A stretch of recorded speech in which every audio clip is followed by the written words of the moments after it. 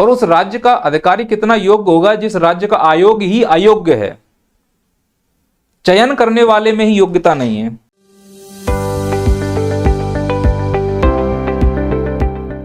आखिरकार मदमस्त आयोग के द्वारा गलतियों से भरी हुई फाइनल आंसर की जारी कर ही दी गई, जो कि इनका स्वभाव है। सस्ते नशे के कितने दुष्प्रभाव हो सकते हैं ये आयोग के अधिकारियों को देख के पता लगाया जा सकता है, क्योंकि इन आयोग में बैठे अधिकारियों को यह ज्ञान ही नहीं है कि ये यहां इसलिए बैठाए गए हैं जिससे कि बच्चों की योग्यता का अनुमान लगाया जा सके कि कौन से बच्चे अधिकारी बनने के लिए योग्य हैं, कौन से नहीं। पर प्रश्न तो ये है कि जो योग्यता का अनुमान लगाने के लिए बैठे हैं आयोग में, क्या वो योग्य हैं? एक बार अगर गलती हो तो समझ में आता है, लेकिन अगर वो गलतियों का दोहराव इतना हो कि वो आदत बन जाए तो फिर प्रश्न चिन्ह उठना जायज है। एक छात्र अपना पूरा जीवन लगा देता है, पूरी मेहनत करके तैयारी करता है और आपसे केवल 100 प्रश्न नहीं बन पा रहे हैं, और फिर जब उस प्रश्न की आप आंसर की जारी करते हैं तो वो पूरी तरह से कंफ्यूजन से भरी हुई आंसर की होती है। उसमें से 1-2 प्रश्न आपको हर बार डिलीट करने पड़ते हैं।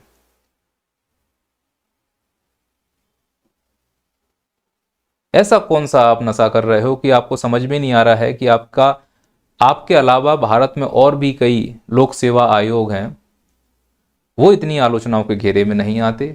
इससे केवल आपकी बदनामी नहीं होती है, पूरे मध्य प्रदेश की बदनामी होती है। और आयोग किसी की पैतृक संस्था नहीं है कि हम वहां बैठ गए कुंडली मारकर जो होगा देखा जाएगा। एमपीपीएससी 2022 के मेंस हुए और आपने कॉपी का आकार, उसकी साइज चेंज कर दी। क्या तुमको नहीं मालूम कि इस प्रकार के पहले नोटिफिकेशन बच्चों को देना चाहिए? जिस बच्चे ने 4 महीने 3 लाइन में लिखने की प्रैक्टिस की हो, अचानक से तुम उसमें इतना बड़ा बदलाव कर दो कि उसकी पूरी प्रैक्टिस ही निराधार हो जाए। ये तो साला वही बात हुई कि प्रैक्टिस की थी क्रिकेट के मैदान में और फुटबॉल का गेम खिला रहे हो। अयोग्यता के कितने आप प्रमाण दोगे और कितने नीचे स्तर तक आप गिर कर जाओगे? अगर कोई आवाज उठाएगा तो स्वाभाविक है कि उसके ऊपर सरकारी कार्रवाई हो सकती है, यह कहते हुए कि यह वैधानिक पदों की आलोचना है और वैधानिक पदों के ऊपर की गए आपत्तिजनक शब्द हैं। पर जो आप वैधानिक पद पर बैठकर यह काम कर रहे हो, क्या यह आपको शोभा दे रहा है? एमपीपीएससी 2019 से तुम लटका के रखे हुए हो। जब तुमने रिजल्ट दिया तो 5 साल गुजर चुके थे। कुछ बच्चे उसी उम्मीद में बैठे, तुमसे कह के हार गए। लास्ट में तुमने सुना तो लग ही नहीं रहा है कि हम लोकतंत्र में रह रहे हैं। अब तो तानाशाह जैसा दिख रहा है। कोई तानाशाह बने या ना बने, ये संस्थाएं जरूर तानाशाह बनती जा रही हैं। ना तुमको ये होश है कि एमपीपीएससी में जो 100 प्रश्न बन रहे हैं वो सही है कि गलत है। ना तुमको ये होश है कि जो मेंस की कॉपी दी जा रही है 2022 मेंस के लिए वो प्रारूप के अनुसार है या नहीं। ना तुमको ये होश है कि बच्चों को ज्वाइनिंग मिली है नहीं मिली, वेरिफिकेशन हुआ या नहीं हुआ। तो वहां बैठे काहे को हो? अभी तुमने ये आंसर की जो जारी की है, अब इस पूरे इससे बच्चे को कंफ्यूजन है कि समझ में नहीं आ रहा है कि अंदर है कि बाहर है, करना है कि नहीं करना है। इससे एग्जाम के प्रति विश्वास खत्म हो रहा है और 82,000 बच्चे एमपीपीएससी से अपना रुख मोड़ चुके हैं। ऐसा तो अखबार में लिखकर आया था कि बच्चे बैठना ही नहीं चाह रहे हैं एमपीपीएससी के लिए। और इस एमपीपीएससी के एग्जाम से केवल बच्चों का नहीं, आयोग का नहीं, पूरे मध्य प्रदेश में जो जो इस संस्था से जुड़े हुए उन सबका भविष्य टिका हुआ है। एक एजुकेशन इंडस्ट्री का हब बन चुका है ये एमपीपीएससी वाला क्षेत्र। एग्जाम के दम पर अर्थव्यवस्था का चक्र चल रहा है और जब ये चक्र टूटता है तो इसका भुगतान पूरे मध्य प्रदेश को करना पड़ता है। लेकिन फर्क इसको पड़ रहा है क्योंकि जो नेता है वो भ्रष्ट हो चुके हैं, वो कमा कमा के बैठ चुके हैं, अधिकारी भी उसी स्तर पे आ चुके हैं। किसी को कोई फर्क नहीं पड़ रहा है कि इससे हमारी नैतिकता कितनी खत्म हो रही है और इससे हम अपनी प्रामाणिकता को कितना खत्म करते जा रहे हैं।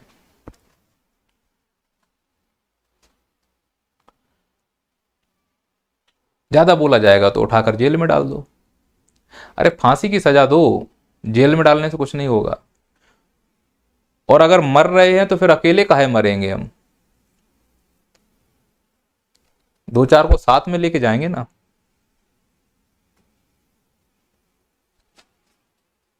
भविष्य खराब। पूरा बच्चा एकदम आता इतने उम्मीद से है और जोश से है, और जैसे ही वो तुम्हारी ये क्रियाकलाप देखता है, बेशरम हो, नंबर 1 के बेशरम हो।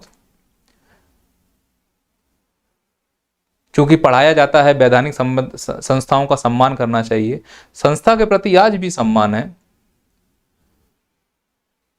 अशब्द तो उनके लिए निकल रहे हैं जो संस्था के पद पर बैठे हुए हैं, जो लायक ही नहीं है उसके। पूर्वाग्रह से ग्रसित है पूरा ये कर्मचारी वाला मंडल। अब जो तुमने आंसर की अभी जारी की है, ये विज्ञप्ति अभी आई हुई है, देख लो इसको। इस विज्ञप्ति को देखो ध्यान से। देखिए इसमें सेट बी में जो क्वेश्चन नंबर दिया गया है 47, उसमें ए और डी कुल मिला के आपने 6 प्रश्न ऐसे बताए हैं जो संशोधन की दृष्टि से या संशोधन की कैटेगरी में आ रहे हैं। मतलब एक एक प्रश्न के 2-2 उत्तर, और एक प्रश्न में नहीं 5 प्रश्नों में। सार्वजनिक कर दीजिए कि कौन सा नशा करते हो, वही नशा करके बच्चा अपना गम तो भुला पाए। इस आंसर की को देखे मेरा सर फटा जा रहा है। और ऐसे प्रश्न चुनते ही क्यों हो जिसमें विकल्प सीधा स्पष्ट नहीं दिख पा रहा है। घटिया स्तर का पेपर बनता है तुमसे, वो भी तुम अच्छा नहीं बना पा रहे हो। थू थू होती है हर जगह मध्य प्रदेश लोक सेवा आयोग की और मध्य प्रदेश की। तो मध्य प्रदेश का नागरिक होने के नाते मुझको बुरा लगता है कि क्या हम इतने अयोग्य हो चुके हैं कि एक बार नहीं, 2 बार नहीं, बार बार वही गलतियां रिपीट करनी पड़ती है। बच्चों की मनोस्थिति का बिल्कुल ख्याल नहीं है क्या आप लोगों को, कि तुम्हारे बाल बच्चे है ही नहीं, कि तुम्हारे बाल बच्चे भी इसी प्रकार से बिल्कुल नजरअंदाज करने वाले जैसे आप लोग नजरअंदाज करते हो। कर्म तो भोगना पड़ेगा। जो ये दुआएं मिल रही ना, बद दुआएं, ये तो कहीं ना कहीं किसी रूप में निकलेंगी। ऐसे बड़े बड़े फोड़े पड़ेंगे, ऐसे बड़े बड़े फोड़े पड़ेंगे तुम लोगों को। सेट बी बता रहा हूं, देख लो इसमें कौन कौन से क्वेश्चन कहां कहां कैसे करना है। इसमें है सेट बी में क्वेश्चन है फ्लिपकार्ट, अलीबाबा, अमेजन वाला था। तो जिस बच्चे ने सी लगाया है उसका भी सही है, और जिस बच्चे ने डी लगाया है उसका भी सही है, यानी कि नंबर दोनों को मिलेंगे। तो सी और डी दोनों अपने नंबर काउंट कर लेना, उस हिसाब से कट ऑफ बनेगा। फिर अगला इसमें क्वेश्चन है question number 31 set B, green muffler किस प्रदूषण से संबंधित है। अब इसका सीधा आंसर वायु प्रदूषण होना चाहिए, ध्वनि प्रदूषण होना चाहिए, पर वायु और ध्वनि दोनों लगाया जा रहा है। तो जिस बच्चे ने बी भी लगाया है यानी वायु लगाया है वो भी सही है, जिसने ध्वनि लगाया है वो भी सही है। फिर एक क्वेश्चन है क्वेश्चन नंबर 33।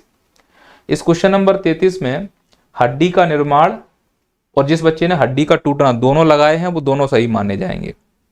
फिर आगे आते हैं क्वेश्चन नंबर 37 सेट बी, निम्नलिखित में से कौन सा भारत सरकार का राष्ट्रीय पोषण कार्यक्रम नहीं है। तो जिस बच्चे ने डी लगाया था राष्ट्रीय मौखिक स्वास्थ्य कार्यक्रम, उसको भी नंबर मिलेंगे, और जिस बच्चे ने बी लगाया था फ्लोरोसिस की रोकथाम और नियंत्रण के लिए राष्ट्रीय कार्यक्रम, उनको भी नंबर मिलेंगे।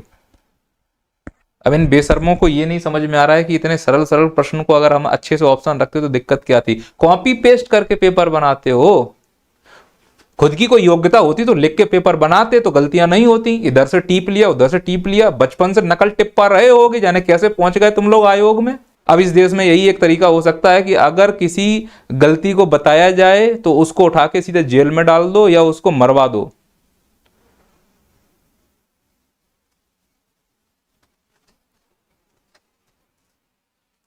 व्यापम घोटाला खुला था, पटवारी घोटाला हुआ है, क्यों केवल राजनेताओं के नाम आते हैं। और हम कब तक इस प्रकार से शांत बैठे रहेंगे। किस लिए शांत बैठ रहे हैं भाई, जिनके लिए शांत बैठना चाह रहे हैं कि परिवार सुरक्षित रहे। हम अगर चुप रहेंगे तो हम सुरक्षित रहेंगे, नौकरी मिल जाएगी तो परिवार का भला कर पाएंगे। अरे नौकरी मिल रही हो तब तो, ये लक्षण है नौकरी मिलने वाले। 5-5 साल वैकेंसी अटका के रखी जाती हैं। और क्यों चुन के भेज रहे हैं हम इन राजनेताओं को, कर क्या रहे हैं उस स्तर पर जाके, जब हम युवाओं की नहीं सुन पा रहे हैं, नौकरियों की व्यवस्था नहीं हो पा रही है, और इस प्रकार से अगर प्रताड़ित किया जा रहा है, क्या इसके लिए कोई कार्रवाई नहीं कर सकते, बोल भी नहीं सकते क्या अब इसके लिए। अब यहां पे क्वेश्चन है ये महायान, जिसने महायान लगाया होगा 47 क्वेश्चन में उसका भी सही है, और जिसने वज्रयान लगाया होगा उसका भी सही है। तो ए और डी दोनों सही आंसर है जिसने लगाया होगा। फिर एक क्वेश्चन और देख लेते हैं 51 नंबर का, ये डिलीट ही कर दिया गया है और विज्ञप्ति में कहा था कि कोई क्वेश्चन डिलीट नहीं किया जाएगा। बेशर्मो,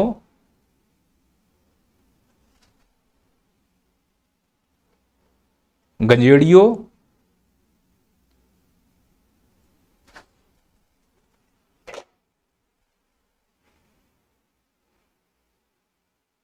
जब बच्चा इतना प्रताड़ित होकर वहां जाएगा, क्या कर लेगा वो समाज की सेवा, क्योंकि प्रताड़ना ही उसको इतनी मिली है, तो फ्रस्ट्रेशन निकालेगा जाके समाज में।